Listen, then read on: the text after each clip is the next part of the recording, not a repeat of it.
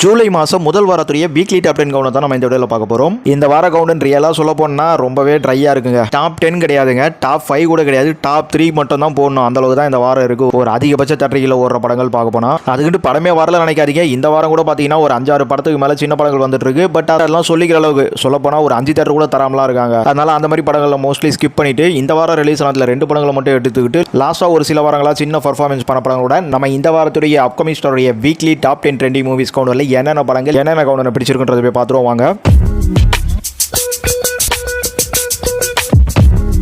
நம்ம கவுண்டில் 10வது இடத்துல பார்க்க போகிற படம் போக்குரி. இந்த போக்குரி வந்து ஒரு அஃபிஷியல் ரீரிலீஸ் படமாக நம்ம விஜய்க்கு ஒரு பிறந்த நாளை முன்னிட்டு ரிலீஸ் பண்ணியிருந்தாங்க. இந்த படம் ரிலீஸ் ஆகி இது 3வது வாரம். இப்போ வரைக்கும் தேட்டரிக்கல் தரலனாலும் லாஸ்ட் வீக்கில் பார்த்தீங்கன்னா ஒரு 1-2 தேட்டரில் ஓடிச்சு. படம் ரிலீஸ் ஆகும்போது ரிலீஸ் ஆன அன்னைக்கெல்லாம் நல்ல பர்ஃபார்மன்ஸ் இருந்து அதுக்கப்புறம் ஓடல. பட் இந்த வாரம் வேறு எந்த படத்தையும் சொல்லிக்கிற அளவுக்கு இல்லைங்க. அதனால இதையாச்சும் சொல்லலாம். நம்ம கவுண்டில் 9வது இடத்துல பார்க்க போகிற படம் துப்பாக்கி. இந்த துப்பாக்கின்றதும் நம்ம விஜய் பர்த்டே முன்னிட்டு தான் வந்தது. இந்த படம் வந்து முதல் வாரத்தில் நல்லா போயிருந்தாலும் 2வது வாரத்தில் ஒரு 2-3 தேட்டரில் தான் அப்படியே ஓடிச்சு. ஆக்சுவலி நான் சொல்கிறேன் நம்ம சிட்டி கணக்கு தான். சிட்டியை தவிர்த்து வெளியூரில் இருக்கவங்களாம் உங்களுக்கு துப்பாக்கி என்னென்ன தேட்டர்களை ஓடி இருக்குன்றத வேணா கமெண்ட் பண்ணுங்க. எனவே ஓவராலும் எந்த தமிழ் படமும் சொல்லிக்கிற அளவு பர்ஃபார்மன்ஸ் இல்லை. அதனால தான் நம்ம இந்த மாதிரி படங்கள்லாம் சொல்ல வேண்டியது இருக்கு. ரியலாவே தேட்டரிக்கல் பர்ஃபார்மன்ஸ்ல ஓரளவுக்கு பரவாயில்லாத படங்கள் பார்க்கும்போது நம்ம துப்பாக்கிலாம் சொல்ல வேண்டிய நிலைமைக்கு வந்துட்டாங்க. நான் சொல்ற துப்பாக்கியோட ரீரிலீஸ் வருஷன் தாங்க. ஆனா ரியல் துப்பாக்கி ரிலீஸ்னு பார்த்தீங்கன்னா அது வேற லெவல் மாஸ் படம். அந்த மாதிரியான ஒரு மாஸ் திருப்பி விஜய்க்கு ரீரிலீஸ்ல எப்போ வருதுன்னு பார்ப்போம். நம்ம கவுண்டில் 8வது இடத்துல பார்க்க போற படம் கவுண்டம்பாளையம். இந்த கவுண்டம்பாளையம் நாளைக்கு தான் ரிலீஸ் ஆகுது. நம்ம எக்ஸ்பெக்டேஷன் ரிசல்ட் தான் கவுண்ட் பண்றோம். இந்த கவுண்டம்பாளையம்ன்றது ஒரு சர்ச்சையான படம்ன்றதுல உங்களுக்கு நிறைய பேர் தெரிஞ்சிருக்கலாம். ஆடியோ லான்ச்லாம் வச்சு இன்னும் ரொம்ப சர்ச்சையாக்கிட்டாங்க. ட்ரைலர்லாம் விட்டு பெருசாகவே ஆக்கிட்டாங்க.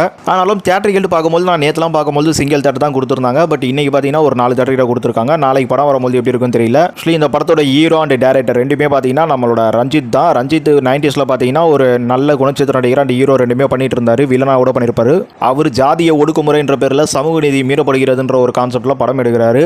ஆக்சுவலி இந்த படம்ன்றது வந்து நான் எந்த அளவுக்கு இருக்குலாம் பெருசாக விமர்சனம் பண்ணனா பண்ணலாம். ஆனால் வேண்டாம், நிறைய வந்து நெகட்டிவ் கொடுக்குறவங்க தான் இருப்பீங்க. அதில் நிறைய பேர் வந்து நான் கவுண்டம்பாளையம் மாதிரி படங்களுக்கு சப்போர்ட் பண்ணுறேன்னு வச்சுப்பீங்க. ஆனால் நான் சொல்கிறதுன்றதே ஜாதிய படங்கள் எடுத்தீங்கனாலே பிரச்சனை தான் வரும். ஒருத்தன் ஒன்று எடுப்பான், இன்னொருத்தங்க அது ரிவெஞ்ச் எடுப்பான்.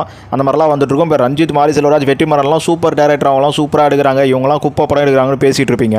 நாளைக்கு ரஞ்சித் மாரி செல்வராஜ் மாதிரியான ஆட்களோட படங்கள் வந்து பெட்டராக போகிற மாதிரி இந்த ஒரு கூட்டத்திலிருந்து ஒரு சூப்பர் படம் எடுக்கிற ஒருத்தன் வருவான். ஆக்சுவலி இப்போ 12th ஃபெயில்டு ஒரு படம் வந்திருக்கும், நீங்கள் பார்த்துருப்பீங்கன்னு நினைக்கிறேன். அந்த படம் ஹிந்தியில் செம ஹிட் ஆச்சு, தமிழ்லையும் பெரிய பாராட்ட வாங்கிச்சு. ஆனால் அதில் வந்து கேஸ்ட்லாம் காட்டிருப்பாங்க. இங்கே தமிழ்நாட்டில் தான் கேஸ்ட்டை பேச மாட்டோம். அங்கே ஷர்மா அண்ட் இன்னொரு கேஸ்ட்டை வந்து பேர் சொல்லாமலே வந்து அந்த பட்டியல் ரேஞ்சை வச்சு அவங்க பேசியிருப்பாங்க. ஸோ அதில் பார்த்தீங்கன்னா அந்த ஷர்மாவில் இருக்கவங்க தான் ஹீரோன்ற மாதிரி பண்ணி ஒரு கான்செப்ட் பண்ணியிருப்பாங்க. அந்த மாதிரி ஒருத்தன் டெக்னிக்கலாக கான்செப்ட் பண்ணி மீதி இருக்க ஜாதிகளாம் உயர்த்தி பிடிக்க வருவான். ஆக்சுவலி ஜாதிய படம் எடுத்தாலே ஜாதிய மனப்பான்மை எல்லாருக்குள்ளேயும் போய் புகுந்துக்குங்க.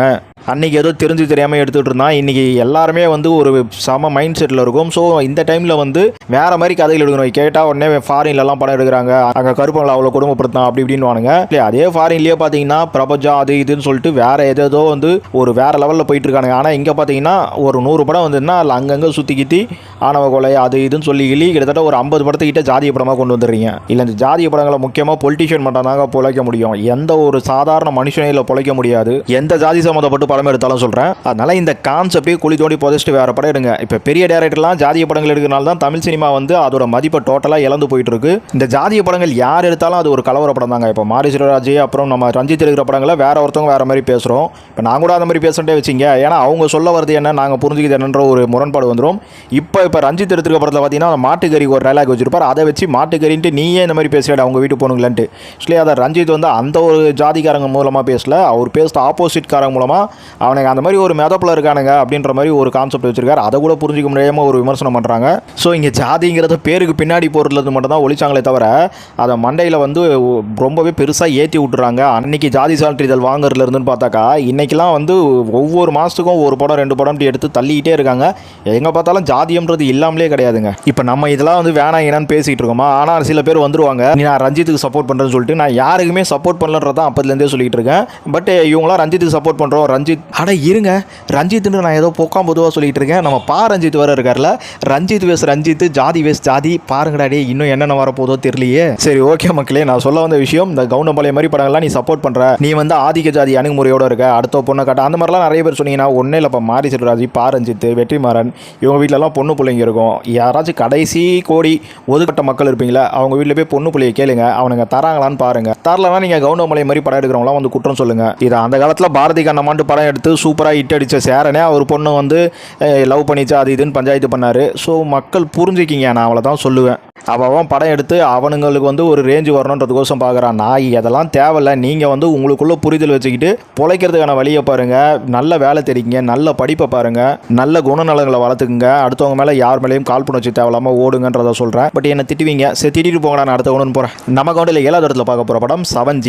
இந்த 7Gன்றதுல நம்ம சோனியா அகர்வால் வந்து ஒரு முக்கியமான லீட் பண்ணியிருக்காங்க. இது ஒரு ஆர்ஆர் படமாக வருது. ஸோ இந்த 7Gன்றதுக்கு ஒரு 2 அர்த்தம். நம்ம சோனியா அகர்வாலுக்கு 7G ரெயின்போ காலனி ஒரு மிகப்பெரிய வெற்றி படம். அதை தாண்டி இந்த 13Bன்னு சொல்லி ஒரு படம் வந்திருக்கும், தெரியுமான்னு தெரியல உங்களுக்கு. யாவரும் நாளும் அது 2009 வந்து நினைக்கிறேன் மாதவன் நடிச்ச படம். ஹிந்தி தான் அதோட ஒரிஜினல் வருஷன் 13Bன்னு சொல்லிட்டு. ஸோ அந்த மாதிரி வந்து 7G அந்த இதில் வந்து இது ஒரு ஆர்ஆர் படமாக ஹிட் அடிக்கும்ன்ற மாதிரி ஏதோ ஒரு வைப் எடுத்து இந்த டைட்டிலாம் வச்சிருக்காங்க. சோனியா அகர்வால் மட்டும் இல்லாமல் ஸ்மிருதி வெங்கட், சுப்ரமணிய சிவா இந்த மாதிரி சில பேர்லாம் நடிச்சிருக்காங்க. பாப்போம் இந்த படம் என்ன மாதிரி வருது. ஏன்னா ஆர்ஆர் படங்கள் வந்து இப்போலாம் எடுப்படுறதுனாலும் ஒரு சில படங்கள் கொஞ்சம் நல்லாவே வருது. ஆனால் இந்த படத்தை பார்க்கும்போது அந்த அளவுக்கு வரும் தோணலை. ஸோ பெருசாக வைப் வந்து ஹிட் அடிக்கிறதுக்கான வாய்ப்பு இருக்கிற மாதிரி எனக்கு ட்ரைலர் பார்க்கும்போது தெரியல. பட் ட்ரைலரை வச்சு அதை முடிவு பண்ணதால படம் நாளைக்கு வந்ததுக்கப்புறம் பார்த்துக்கலாம். இந்த படத்துக்கு கிட்டத்தட்ட ஒரு 10 தேட்டர் கிட்ட கொடுத்துருக்காங்க. நம்ம கவுண்டம்பாளையத்துக்காச்சும் ஒரு 5 தேட்டர் கிட்ட தான் கிடச்சிருக்கு. ஆனால் 7Gக்கு வந்து ஒரு 7-8 தேட்டர் மேலே இப்போதைக்கு கொடுத்துருக்காங்க. தேட்டரை வந்து இப்போ வரைக்கும் கரெக்டாக அனலைசிஸ் பண்ண முடியல. வரும்போது தான் பார்க்கணும். இந்த படங்கள்லாம் கூட்டம் வரலன்னா வந்து படம் வேற ஓட்ட மாட்டானுங்க, அது வேற விஷயம். ஆக்சுவலி கூட்டம்னா வந்து ஒரு 4 பேர் 10 பேர் வரலாம் கூட ஓட்ட மாட்டாங்க. நீங்கள் ஏதோ ஒரு 40-50 பேர் நினச்சிக்காதீங்க. நம்ம கவுண்டில் 6வது இடத்துல பார்க்க போகிற படம் அரண்மனை 4. அரண்மனை 4 படம் ரிலீஸ் ஆகி 2 மாதம் முடிஞ்சு 3வது மாதம் வந்துருச்சு. சொல்ல போனால் கிட்டத்தட்ட 65வது நாள் வரப்போகுது. ஆனால் இப்போ தேட்டரிகள் எதுவும் தரல. லாஸ்ட் வீக் வரைக்கும் ஒரு தேட்டர் ஓடிச்சு. கிட்டத்தட்ட 60 நாளை தாண்டி 63-64 நாளைக்கு தேட்டரிகள் அரண்மனை 4 ஓடி இருக்குங்க. ஏன்னா நாளைக்கு இது வந்து நம்ம ஃபியூச்சரில் மறந்துடுவோம். பட் இது ஒரு ரெக்கார்டிங்காக இருக்கட்டும்.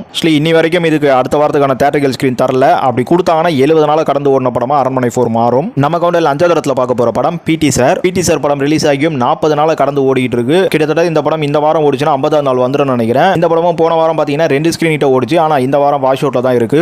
இனிமே பிடி சாருக்குலாம் 50 நாள் கிட்ட ரன் வருன்றதெல்லாம் நம்ம யாருமே எதிர்பார்க்கல. கிட்டத்தட்ட 40 நாளைக்கு வந்து 2 தேட்டர் ஓடுதுன்றதே இன்னைக்கு பெரிய விஷயம் தான். அந்த ஒரு விஷயத்தை பிடி சார் பண்ணிடுச்சு. நம்ம கவுண்டில் 4வது இடத்துல பார்க்க போகிற படம் பேட் பாய்ஸ் 4. பேட் பாய்ஸ் 4 ஒரு இங்கிலீஷ் படம் தான். தமிழ் டப்பிங்ல தாங்க நான் பேசிட்டு இருக்கேன். இங்கிலீஷ்ல கணக்கில் சேர்த்துக்கிறல. எப்பவுமே தமிழ்லேயே பார்த்தீங்கன்னா சிட்டியை பொறுத்த வரைக்கும் 3 நாள் ஸ்க்ரீனில் போன வாரம் ஓடிச்சு. அடுத்த வாரம் கூட பார்த்தீங்கன்னா 2 ஸ்க்ரீனில் ஓட்ட போகிறாங்க. நம்ம கவுண்டில் 3வது இடத்துல பார்க்க போகிற படம் கருடன். இந்த கருடன் போன வாரம் வரைக்கும் கிட்டத்தட்ட 20 தேட்டர் கிட்ட நம்ம சிட்டியை பொறுத்த வரைக்கும் ஓடிச்சு. இந்த வாரம் கூட பார்த்தீங்கன்னா 10 தேட்டருக்கு மேலே ஓடுற மாதிரி தான் இருக்குது. இல்லை எல்லாமே 4 ஷோ இல்லைனாலும் 5 வாரத்தை முடிஞ்சு 6வது வாரத்தில் இந்த 10 தேட்டருங்கிறது ஒரு பெரிய விஷயம் தான். ஆக்சுவலி கிட்டத்தட்ட பார்த்தீங்கன்னா 36வது நாள் வரும்னு நினைக்கிறேன். இது 35 நாள் வரைக்கும் 20 தேட்டர் கிட்ட ஓடி 36வது நாள்ல இருந்து 10 தேட்டருக்கு மேலே ஓடுற மாதிரியே இருக்கு. நம்ம கவுண்டில் 2வது இடத்துல பார்க்க போகிற படம் மகாராஜா. மகாராஜா படம் நம்ம ஏற்கனவே சொன்னோம், படம் 100 கோடி வசூல் எடுத்துரும் சொல்லிட்டு. ஸோ அந்த மாதிரி 19 நாளில் வந்து 100 கோடி வசூல மகாராஜா படம் எடுத்துருச்சு. இந்தியா லெவலில் கிடையாது, இது தமிழ்நாடு லெவலில் கிடையாது, உலகம் ஃபுல்லாக வந்து அந்த வசூல் படி பார்த்தீங்கன்னா. அதை தாண்டி இந்த படம் ரிலீஸ் ஆகி 3 வாரம் முடிஞ்சு இது 4வது வாரம் வரப்போகுது. ஏற்கனவே 20 நாளைக்கெல்லாம் போஸ்ட் அடிச்சிருக்காங்க. கண்டிப்பாக 25வது நாள் போஸ்ட் வரும் இந்த வாரத்தில் இந்த மகாராஜா படத்துக்கு. இந்த மகாராஜா இப்போ தேட்டரிகளை பொறுத்த வரைக்கும் செகண்டரி ஸ்க்ரீன்றதை நிறைய பிடிச்சி வச்சிருக்கு. அதே சமயம் வீக்கெண்ட்லேயும் வந்து பார்த்தீங்கன்னா ஒரு நல்ல ரெஸ்பான்ஸ் எடுத்துட்டு தான் இருக்கு. ஆனால் வீக் டேஸ்லன்றது தான் வந்து தேட்டரிகள் வந்து ரொம்ப காலியாக இருந்துட்டு இருக்கு. நம்ம கவுண்டில் முதல் இடத்துல பார்க்க போகிற படம் கல்கி. கல்கி படம் போன வாரம் தான் ரிலீஸ் ஆச்சு. இது 2வது வாரம். படம் 600 கோடி பட்ஜெட்டில் எடுக்கிறானுங்க. ஆல்ரெடி பிரபாஸுக்குலாம் இதே மாதிரி நிறைய ஃபர்னிச்சர் உடைச்சிருக்காங்க. ஆனால் இந்த ஃபர்னிச்சர் தப்பிச்சு பொழிச்சிச்சுன்னு தான் சொல்லணும். ஏன்னா படம் ரிலீஸ் ஆன ஒரு வாரத்துக்குள்ளேயே உங்களுக்கு 700 கோடி கலெக்ஷன் எடுத்துட்டாங்க. ஸோ எப்படி பார்த்தாலும் அந்த வட்டி இடிலாம் சேர்த்து தான் 600 கோடி பட்ஜெட் கொடுத்துருப்பாங்க. இப்போவே ப்ராஃபிட் கொடுத்துருச்சு 1 வீக்குள்ள. இன்னும் வந்து இந்த படத்துக்கு செகண்ட் பார்ட் தேர்ட் பார்ட் கூட வச்சிருப்பாங்கன்னு நினைக்கிறேன். அந்த அளவுக்கு ஸ்டோரி இருக்கு. இந்த படம்ன்றது பார்த்தீங்கன்னா உங்களுக்கு மக்களால் ரசிக்கப்பட்டுச்சுன்றதை நம்ம மறுக்க முடியாத லெவலில் இருக்கு. இதுக்கு வந்து நம்ம கண்டிப்பாக அந்த டேரக்டரோட ஸ்கில்லை தான் பாராட்டி ஆகணும். ஏன்னா இதெல்லாம் வந்து பார்த்தீங்கன்னா ஒரு சாதாரண கதைங்க. இப்போ மகாபாரதத்தில் வந்து கிருஷ்ணர் போகிறதுக்கு என்ன ஒரு விஷயம் நடந்ததுன்றது ஒரு சின்ன பார்ட்டு. ஏன்னா மகாபாரதம்ன்றது ஒரு மிகப்பெரிய கடல், அதில் அவ்வளோ பெரிய கதைகள் இருந்துட்டு இருக்கு. ஆனால் கிருஷ்ணருக்கு பார்த்தீங்கன்னா அவங்க அம்மா 7 குழந்தைகளை பேக்கிறதுக்குள்ள அவர் கம்சன் வந்து அழிக்கிறது, 8வதாக வர்றது, அப்புறம் அங்கே திரும்பி விடுறது, அதுக்கப்புறம் அவர் குழந்தையில வாழ்ந்தாருன்றதுக்கு அது ஒரு பார்ட் இருக்கு. ஸோ அந்த மாதிரி வந்து ஒரு சின்ன சப்ஜெக்டை தான் இங்கே கல்கியில் எடுத்திருக்காங்க. அந்த சின்ன சப்ஜெக்ட்டுக்கே இந்த அளவுக்கு ஒரு வெற்றிங்கிறது எதிர்பார்க்காத ஒரு விஷயம் தான் சொல்லுவேன் நான் என்னை பொறுத்த வரைக்கும். அதில் ரொம்பவே அழகாக வந்து அர்ஜுனனா விஜய் தேவரகொண்டா, பிரபாஸ் வந்து கர்ணனா. அதை தாண்டி இந்த கல்கி படத்தில் அந்த மகாபாரதத்தில் இந்த கிருஷ்ணரையே வந்து வியூ காட்ட மாட்டாங்க. அவர் யாரா வர போறான்றது நம்மளுக்கு தெரியவே தெரியல. பிரபாஸே வந்து வருவாரா, பிரபாஸ் போட மாட்டான்னு நினைக்கிறேன். வேற எந்த ஒரு ஹீரோ வந்து கல்கியாக கொடுக்க போறாங்க. இந்த மாதிரி இந்த கியூரியாசிட்டிஸ்ன்றதும் இந்த படத்து மேலே ரொம்பவே அதிகமாக வருது. உங்களுக்கு ஃபர்ஸ்ட் அப் வந்து படம் கண்டிப்பாக வந்து ரொம்பவே சுமாராக தாங்க போகுது. 3 ஹவருக்கு இந்த படம் வச்சதுக்கு தாண்டி எனக்கு தெரிஞ்சு ஒரு 2-2.5 ஹவர்லேயே முடிச்சிருக்கலாம்.